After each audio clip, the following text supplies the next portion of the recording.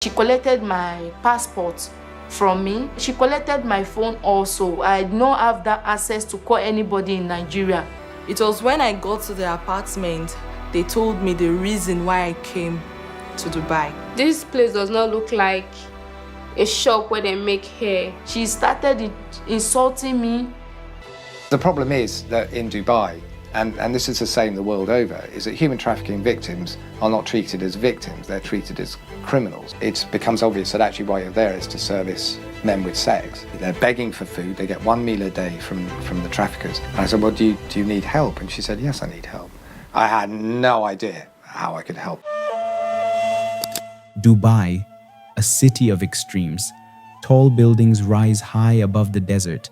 Expensive cars move smoothly past big fancy shopping centers, and man-made islands shine brightly under the sun. To the world, Dubai looks like a place for very rich people, a bright city full of money and beauty. But behind that shiny look, there is a dark side that is rarely shown on Instagram or in travel ads. Behind the beauty of five-star hotels and VIP clubs, there are hidden stories of abuse and sadness. Dubai is not just a city of dreams. For some, it has become a city of nightmares. In this story, we look beneath the shiny and beautiful side of Dubai to show its hidden dark side, the nightlife where many African girls who came looking for work or fun end up trapped in lies, abuse, and modern slavery. These are true stories based on real reports, investigations, and survivor accounts that reveal how the promise of a perfect life can hide a terrible and painful reality.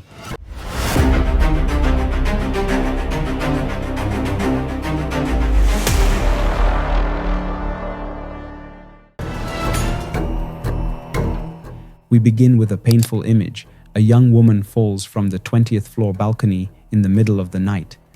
The bright city lights shine on the glass buildings as her life ends on the ground below. Officials later say it was a suicide. Unofficially, whispers suggest she was pushed, a victim of something unspeakable happening behind closed doors. She was 23-year-old Monique Kurungi, who left Uganda for Dubai chasing a dream and fell to her death just months later. Not long ago, another Ugandan girl, 21-year-old Kayla Bunji, also died after falling from a tall building in the same part of Dubai. Two mysterious deaths, strangely similar, in the middle of a city known for its rich and beautiful lifestyle. These sad stories became symbols of a bigger problem: the hidden groups and party networks that use and trick African women behind Dubai's shiny image. Listen this.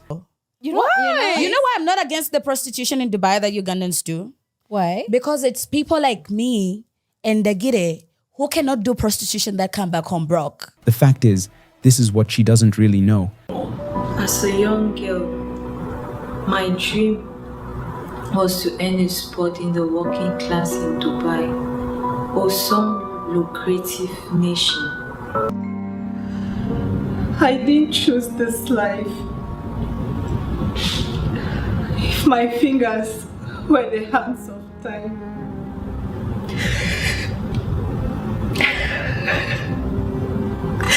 I would cut them off. I would cut them off to redeem my life. A life which I now live like dying. To understand this story, you must follow the path, a chain of lies that goes from Kampala to Dubai. The international media investigator showed the real people behind the charm. In Uganda, there was Umar Bash, a smooth-talking man who promised supermarket jobs and fun life abroad. In Dubai, there was Charles Musigwa, known as Abby. He said he was just a party man, but he was really a hunter of women. Survivors said he took their passports, moved them from one house to another, and turned their dreams into slavery. He was the smiling face of Dubai's dark world, where beauty hid evil and pain. Anger spread all over Uganda. Families demanded the truth. Under pressure, Dubai police finally arrested Musigwa, the so-called party boss behind the secret sex business. But the crime did not stop there. In Nigeria, another name appeared, Christy Gold. She lived freely in Dubai for years, showing off her rich life online while bringing young women into the trade. When she finally returned home, she was arrested at Abuja airport after another Dubai New Year's party. Christy Gold was brought to the court by officers of the Nigeria Correctional Sector, Agbo. She is facing charges bordering on the recruitment and subsequent transfer of young girls to Dubai. From here, justice seemed close until money changed everything. She paid a fine, just 11 million naira, and walked free. A fortune built on human suffering turned into nothing more than a price tag. Today, we follow the money, power, and illusions that trap these victims in silence. We will hear from those who survived and from the journalists and activists who risked everything to uncover the truth. This is the dark side of Dubai, the hidden scandals behind the glamour. Welcome to the world of research. Welcome to the large family of wisdom in narrations.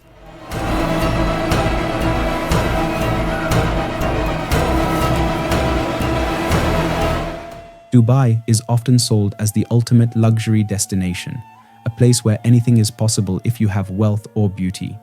It's a city that rose from the sands in a few short decades, now famous for its record-breaking skyscrapers and extravagant lifestyle. On social media, influencers and tourists show Dubai as a perfect place full of endless shopping, shiny parties, and golden sunsets by the pool.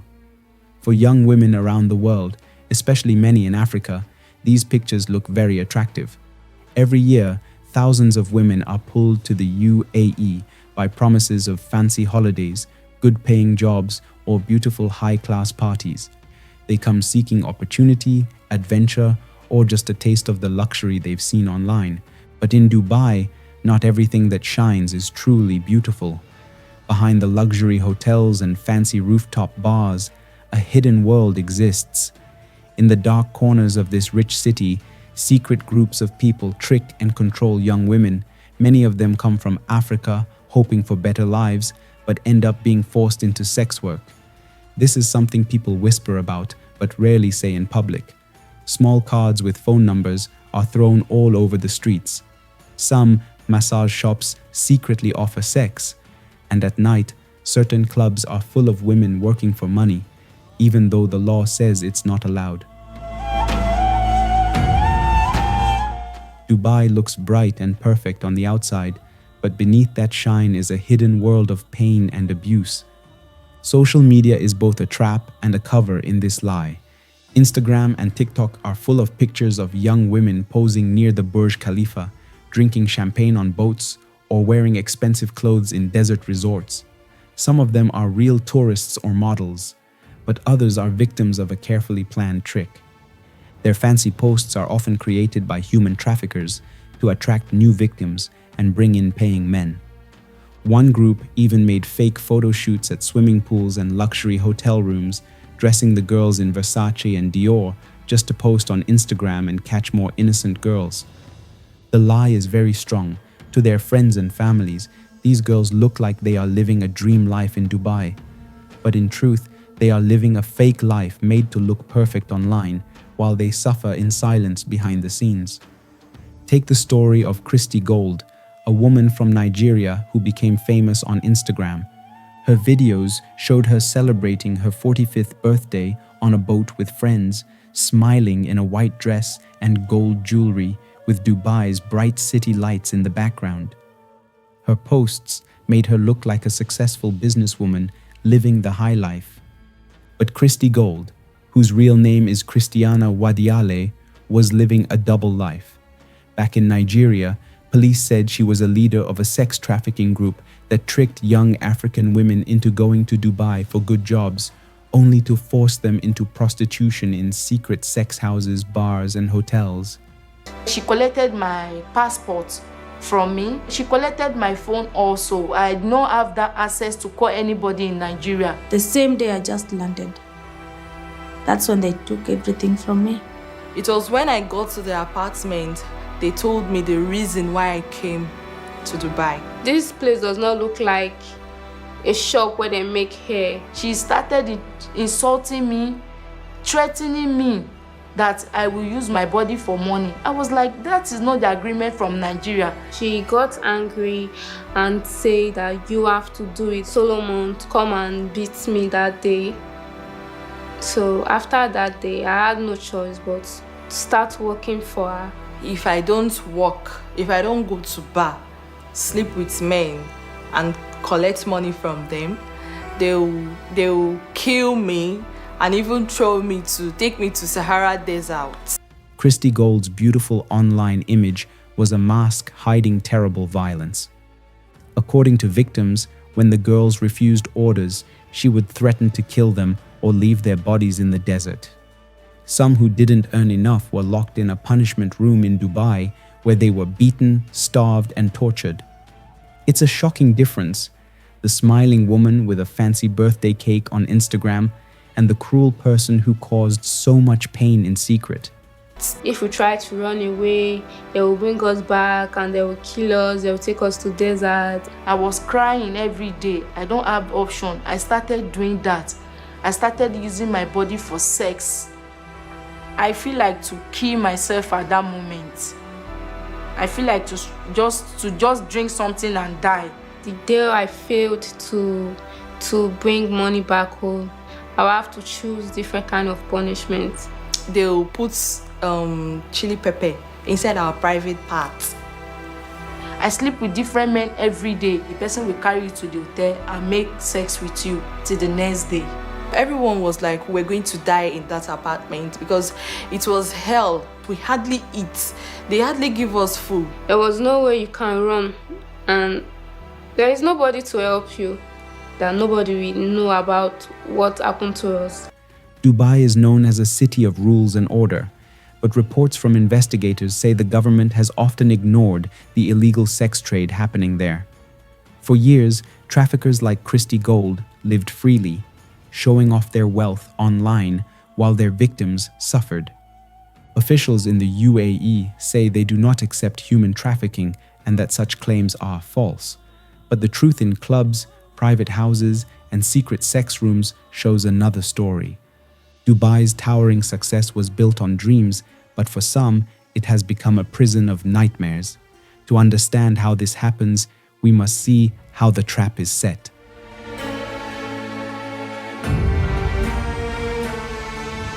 The fact. If you have a friend in Dubai and she comes and tells you, hey, Esther, I want to take you to Dubai, I tell you, if this is not going to be a housemaiding job or a cleaning job, specifically they're taking you to do prostitution, they can even take your passports. Yeah. Your friend or whoever it is. Like, this is a gig, I'm taking you, you must do this. It often begins with a promise, a small light of hope given to a young woman who wants a better life. The traffickers know exactly who to go after. Young, ambitious women who have few chances and money problems. These may be new university graduates who can't find jobs, young models and influencers dreaming of success, or daughters who want to help their families escape poverty. They are smart and full of potential, but also easy to trick because they are ready to take risks for a big opportunity. The plan is carefully made. Traffickers pretend to run real businesses, modeling companies, job agencies, or even international dating sites. Many use friendly and charming people who move around in the same places as their targets or search online for victims. They find their victims through carefully made social media accounts, one survivor says, or through people who watch and report from popular clubs and events. They can tell who is easy to trick. Social media accounts show what a girl wants and what she struggles with. A TikTok video of her dancing at a local club, an Instagram post saying she wants to travel, or a Facebook update about looking for work. The recruiters are always watching. Janine, name changed, was one such target. An outgoing party girl from Uganda, she loved posting TikTok videos of her nights out. I was flattered when an agent approached me. He offered me a legitimate sounding opportunity to become an Instagram model for a bikini line. It seemed like my big break. The offer came with an attractive contract, some money in advance to pay for her passport and visa, and colorful papers showing pictures that promised a rich and happy life in Dubai. For Janine and others like her, everything seemed above board: official documents, visa papers, even references to well-known fashion brands. Little did she know that this entire setup was a carefully baited trap. Across Africa, similar stories abound. In rural Uganda, a man named Umar Bashir trolled Facebook and local communities for young women dreaming of opportunities abroad. He would befriend them online, promising legitimate jobs in Dubai as cashiers, hotel staff, or supermarket workers. The pitch was simple. Dubai needs workers and I can get you in. Good salary, travel covered. In Nigeria and Kenya, fake job agents trick women by promising them good hotel or office jobs in the UAE. For those who love fancy or stylish things, some people pretend to be modeling agents. They look for young women who dream of being models or joining beauty contests. They promise them chances to work as international models, join big events, or go to Dubai for special parties. Each offer looks like a bright chance to reach a happy life. Many of these agents are also Africans, men or women from the same country as the victims, which makes them easier to trust. They often say, I made it in Dubai. I can help you do the same. Sometimes the person recruiting is a popular Instagram influencer, showing beautiful photos at the Burj Al Arab or beach clubs, a success story that makes other young women want to follow her path. For those who hesitate, the scammers have a lot of proof to make you believe them. They tell stories about other girls, just like you, who went and are now making a lot of money or married to rich men.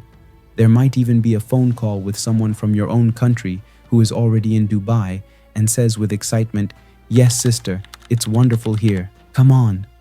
With every shiny promise, all the doubts disappear. When the day comes, the young woman gets on a plane full of dreams. Her family says goodbye with tears at the airport, happy that she's going to have a better life in another country. She arrives in Dubai, maybe for the first time, stepping into a very modern airport, feeling the warm desert air and seeing tall glass buildings everywhere. Often, someone from the agency is waiting for her, friendly, smiling, and full of promises. At first, everything looks real. They take her to a clean, nice apartment or hotel. For a short time, it feels like the dream has come true. Janine recalls her first 2 weeks in Dubai. They treated me like a princess at first. She says, I was taken to photo shoots at glamorous locations, a rooftop pool with the skyline behind me, a pristine beach, even a suite in a 5-star hotel. They gave me designer clothes to wear. I couldn't believe it. I was doing the kind of modeling we only see on TV. Indeed, this initial honeymoon period is deliberate. The traffickers are investing a bit up front, photographing the girls in luxury settings, letting them post on social media about how great Dubai is. Janine later understood the cruel logic. Now I know the photo shoots help the pimp create content to lure other women and also to show to potential clients, like a catalog. In other words, these beautiful photos were advertisements, both to recruit more victims back home and to advertise the girls to paying customers in the Emirates. But this facade of luxury is brutally short-lived. Once the photos are done and the new recruit's arrival begins to fade from public view, the trap springs shut. It's the moment when paradise transforms into prison.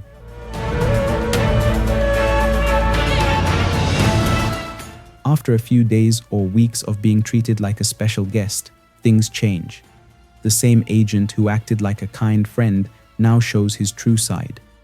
He tells the girl that the modeling job is cancelled or the work she came for is no longer available. But then he says, Don't worry, there's another way to make money so you don't go home with nothing. Sometimes he asks politely, but other times he gives a clear order. She must start spending time with men for money. Soon, there are no more soft words or lies. It becomes clear they want her to have sex with men for money. At this point, most girls are horrified. This is not what they agreed to. They may protest, No, I'm not a prostitute. I came for a modeling job or a shop job. I want to go back home. That's when the smiling facade vanishes completely. The traffickers show their true face and their prepared ways to force and control others. First, they seize her documents. Passports, IDs, return tickets, all are confiscated for safekeeping. Suddenly, the young woman is undocumented in a foreign land. She cannot freely leave the country or even check into a hotel on her own without identification. One Nigerian woman, Chloe, who arrived expecting a chef job, had her passport taken by her handlers as soon as she landed. After a week of real kitchen work, probably to make her feel calm at first, she was directly told that she had to start sleeping with men to pay for her living costs. Her passport was taken away, and she was left alone in a strange city. Chloe realized she had no power or way to fight back. She suffered 4 years of forced prostitution and daily abuse before finally escaping from the people who were holding her prisoner. Next comes debt slavery. The traffickers show a list of everything they say they paid for: plane ticket, visa, apartment, clothes, food, even photos. They call it an investment in the girl's new life. The total amount is very high, often between $10,000 and $15,000, which is too much for a poor woman to ever pay back. They tell her coldly, You owe us. You can't leave until you work and pay it off. with no other way to earn money except through sex work. The trap becomes tighter. This fake debt is a common trick in human trafficking. By giving the victim a big money problem, traffickers make her feel she has no choice but to obey. Then, the threats and violence start. The men, and sometimes older women, running these groups are very scary. Some are dangerous criminals, others are very good at lying and controlling people. In Dubai's dark world of trafficking, there are many stories of cruel punishment. Survivors say they were beaten, starved, or worse. In Christy Gold's group, if a girl tried to escape or refused to work, the punishment was fast and painful. There was a place some called the torture room. Witnesses said Gold's brother would whip women with wires, stop them from eating, and even rub hot chili paste on their private parts as punishment for not earning enough or disobeying orders. They beat me badly. The pain was too much. One survivor said about her time under Gold's control. Another woman was told clearly that if she didn't obey, she would be killed and her body left in the desert, where no one would ever find her. In a foreign country where the trafficker has all the power and the victim knows no one, these threats create deep fear. Both mind control and physical control are used. In many cases, traffickers from West Africa use traditional witchcraft oaths called juju to keep power over the women. Before leaving home, or sometimes after arriving, the women are forced to take part in secret spiritual ceremonies where they promise never to go against the people who control them. They might be asked to give things like pieces of their nails or their underwear, or to do strange traditional actions that are said to tie them to the traffickers. The belief in juju is very strong. The girls are told that if they break the promise by running away or telling the police, they or their families will be cursed, lose their minds, or die in a terrible way. She makes us believe she has juju. One Nigerian victim said of her trafficker. That is, if we run away, we can become mad or die. Such cultural intimidation is potent. Even far from home, the fear of supernatural retribution can be as paralyzing as a physical chain. Isolation makes the trap complete. The young woman is often moved to a small, closed place, sometimes a tiny apartment where many other victims are kept, or a private house or room above a business that also works as a sex place. Grace, a woman from Kenya, was locked in a small room above the restaurant she was sold to in Fujairah, UAE. There, she and other women were not allowed to leave. They were forced to serve men day after day in a sad and painful routine. In that place, Grace saw many rooms filled with women like her, a crowded group of trapped people. She suffered through many men every day, just like countless others. For 2.5 years, Grace never saw freedom, until one lucky moment helped her escape. A kind customer gave her back her phone, and she ran, away pretending to take out the trash. Another victim said she was taken to an open-air sex area in the desert between Dubai and Abu Dhabi. There, she and other women had to put their clothes on the sand to make simple beds and serve lines of men from evening till night. At the end of each night, the traffickers took all the money, leaving the women with nothing, not even enough food. Under such conditions, their will to resist was completely broken. Cut off from the outside world, not knowing Arabic or even much English, with no travel papers, and being told that police would arrest them if they asked for help, a heartless lie since they were the victims, many lost hope. They were raped, beaten, and starved until they obeyed. Some were made to take drugs, others were threatened or blackmailed, their nude photos taken and used to scare them into silence. The traffickers had a strange and scary power. One survivor from Uganda, Bretta, said the pimps knew everything about her family. They told me my mother's name, my younger sister's school, all the details. They said if I ever dared go to the authorities, they'd harm them. This kind of early threat meant to scare people before anything even happens, sometimes facilitated by corrupt contacts who can get personal data, ensures that even if a girl finds a sliver of opportunity to ask for help, terror for her loved one's safety will seal her lips. By now, the young woman who came full of hope and dreams is trapped in a living hell. But as we will see, that nightmare goes even deeper than most people can imagine, falling into levels of terrible cruelty and abuse that shock the heart.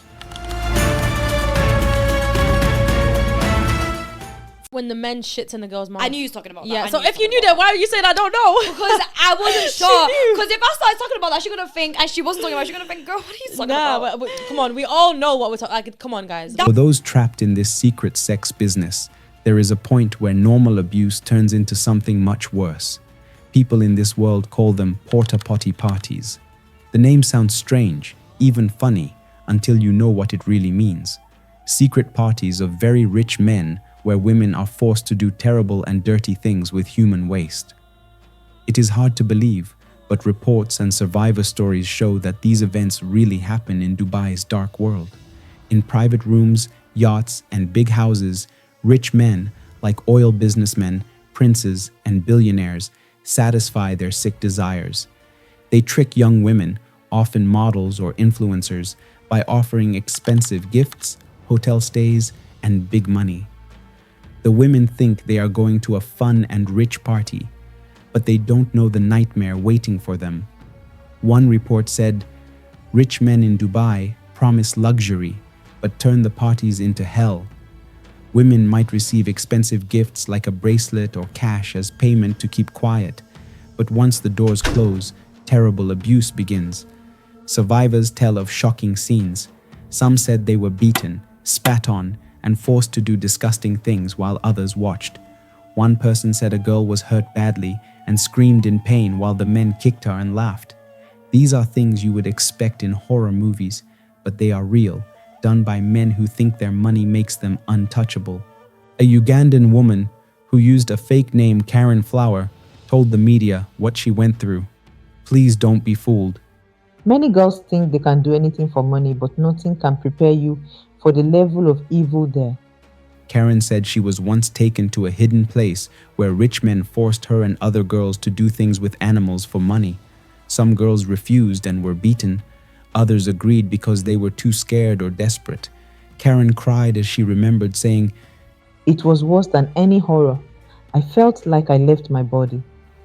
Another survivor said, You just think of the money, that maybe it will help your family or fix your health. You tell yourself the pain is temporary. These painful words show how much trauma the victims carry, trying to accept the unforgivable just to survive. Why do these very rich men ask for such humiliating and extreme things? It's a question that stays in your mind after hearing these stories. Survivors say these men are not only wealthy but also very sick in their minds, said one Ugandan woman who suffered their abuse. Many of the abusers come from all over the world, Europe, Asia, and other Middle Eastern countries. They fly to Dubai because they know that with enough money, they can get whatever they want, and that their secrets will be kept safe. Their money protects them from punishment. In their world, everything and everyone has a price. What may start as a simple desire, having a beautiful young woman for one night, turns for some into a hunger for forbidden and evil acts. With no one to stop them, and victims too afraid to speak, they keep doing worse and worse things. This is the ugly truth of power imbalance, when people are treated like toys or objects to please the selfish desires of men who believe no one can touch them. To keep everyone quiet, these men and the people who work for them use both kindness and fear. Survivors call it the carrot and stick method. On one side, they try to please the women who obey them by giving them many gifts. Free shopping where a girl can take anything she wants, expensive perfumes and jewelry, envelopes full of money, or stays in fancy hotels to rest after what happened. These gifts make the women feel trapped. After taking them, they might feel too guilty or scared to report what was done to them. On the other side, there are threats, clear or hidden warnings that if a girl talks, she will suffer. The men remind the girls that they know where their families live. Some men take bad photos or videos of the girls and say they will share them online if they ever speak out. Those who resist too much sometimes end up dead, showing the danger is real. So cold here. Yes, Dubai is so cold. Being in UAE, her lifestyle changed. She was going to very expensive places. You can't go in those kind places if you don't have money. I can't believe that Monica was affording that. Someone was helping her. Maybe someone was controlling her. And there is some scratch on her. She's paining. This takes us back to Monik Karunji and Kayla Bunji, two young women from Uganda whose deaths we mentioned earlier. They were living in Dubai's rich neighborhoods, but what they saw, or were forced to do, made them want to escape. Monik was seen arguing and fighting with someone on her balcony before falling from the 20th floor. Kayla also fell from a tall building a year earlier, but there were no drugs or alcohol in her body, even though police said she was drunk. Both women were part of the same group run by one man, and both died in the same way. Many people believe they were killed, thrown from balconies to stop them from talking. Their deaths were made to look like suicides. Sadly, they are not the only ones. Investigators say this has become a regular pattern or method, a way these people use to get rid of anyone who speaks out. Those who refuse the client's extreme demands risk being murdered, their deaths often staged as suicides by being pushed from the balconies of the very luxury apartments in which they are held. One report says it very clearly. It's terrible to imagine. The same tall buildings that look beautiful to new visitors might be the last thing a victim sees before she is thrown to her death. By now, you may ask, how can this happen? How can such crimes be ignored in a modern city? The reason is a dangerous mix of money, fear, and broken systems. Victims are scared into silence, while those who hurt them are protected by their money or powerful friends. One survivor from Uganda said the people who controlled the girls worked with the local police, warning them if a girl tried to escape. This made sure she was caught or made to look like a liar before she could speak. Many women who are rescued feel too ashamed to tell the truth, even to their families. Grace, a survivor from Kenya, went home and could not tell her family what really happened. She made up other stories about why she was away. The shame and pain keep them silent. That's why Dubai still looks perfect from the outside and the suffering continues. But not everyone stayed quiet. A few brave women and some reporters and activists started to speak out, bringing light to the dark truth about Dubai.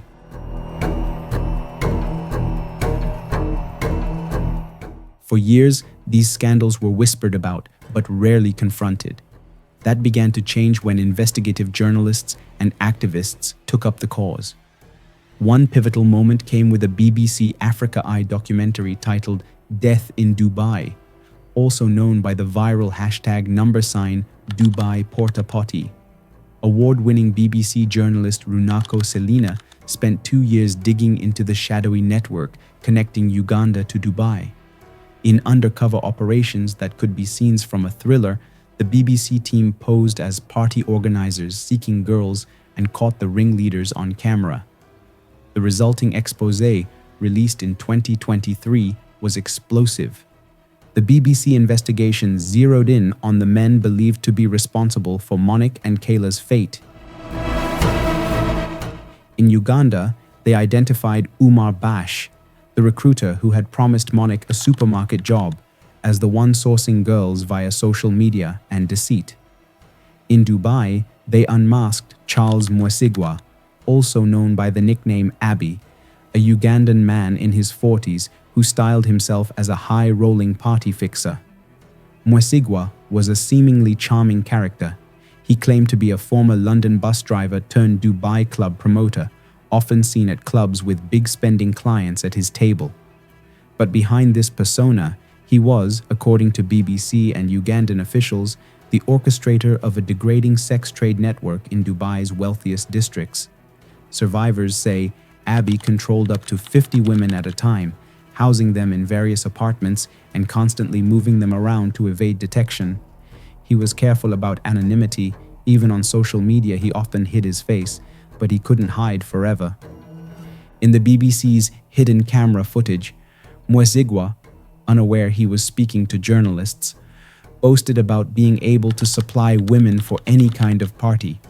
He presented himself as a man who knows many girls and can make things happen for wealthy patrons. In one recorded interaction, he downplayed his role. "I am just a party person who invites big spenders to my table. That makes many girls flock to me, and that's it," he said innocently. But the information collected, the stories from victims, the sad deaths, and the documents that matched, showed that he was much more than just a party organizer.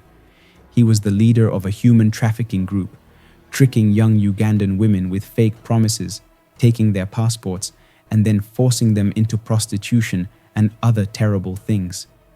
Mwesigwa's double life showed the two sides of Dubai, the friendly foreign party guy that people saw, and the cruel man hidden behind the fun image. The documentary caused strong anger and sadness. In Uganda, people were shocked and heartbroken.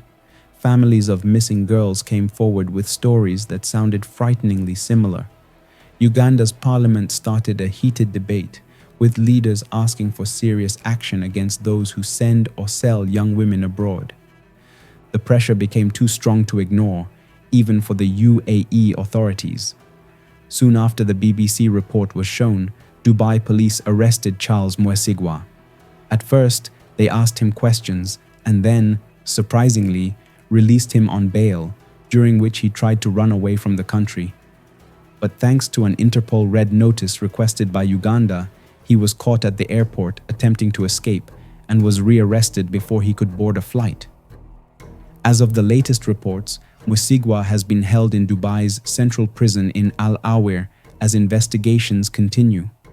Though Dubai authorities have been tight-lipped about charges, the very fact of his detention signaled a major crack in the wall of impunity around these crimes. It was a rare moment of justice, the alleged party boss of Dubai's Porta Potty ring put behind bars, at least for now. Back in Nigeria, another domino fell. Christy Gold, the trafficker we spoke of earlier, had fled Nigeria in 2018 when charges were brought against her, living freely in Dubai and even neighboring countries while on the run. For years, she teased the authorities by posting pictures of her rich life online, acting like they couldn't reach her. In March 2024, a Nigerian court convicted her in absentia on trafficking charges. Still, she remained at large until one bold trip home proved her undoing. In December 2024, as she arrived at Abuja airport, Returning from yet another Dubai New Year's celebration, Nigerian agents finally arrested Christy Gold. Christy Gold was brought to the court by officers of the Nigeria Correctional Sector, Agbo. She is facing charges bordering on the recruitment and subsequent transfer of young girls to Dubai. The arrest was celebrated by anti-trafficking activists. Here was a chance to make an example of a major perpetrator. However, what followed was a disappointment. Gold managed to secure her release by paying a fine of 11 million naira, approximately £5,400, a paltry sum for someone who had made fortunes off the backs of her victims. She walked free pending a formal sentencing, exploiting legal loopholes and, some suspect, influential connections. Catastrophic, said activist Angus Thomas of this outcome, a blow to justice that signaled how difficult it is to truly punish the powerful traffickers. Still, the fact that she was caught at all, after years of showing off her power and acting like she could do anything, was because of the hard work of investigators and journalists who kept looking into her crimes and bringing them to light. The story ends with a sad and powerful difference. Dubai's bright city lights shining above the pain and suffering hidden under its luxury. Under the slogan, "Choose happiness," many young African women found not happiness, but pain, abuse, and lies hidden behind the city's rich life. The story shows how social media lies, unfair power, and greed have created a new kind of modern slavery. Women from countries like Uganda, Kenya, Nigeria, Rwanda, and Ethiopia were tricked with promises of jobs or fun adventures, but ended up as victims of human trafficking and prostitution. Some lost their lives, others still live with fear, sadness, and shame. While some survivors try to rebuild their lives, many others are still trapped, forced to serve rich men in silence, their suffering hidden behind Dubai's bright city image. We were lured by the lights, but we found darkness. Now I speak so that others may never have to walk that same path. Thanks for watching. I wish you better life, foods, and money. Stay in the Big Wins family.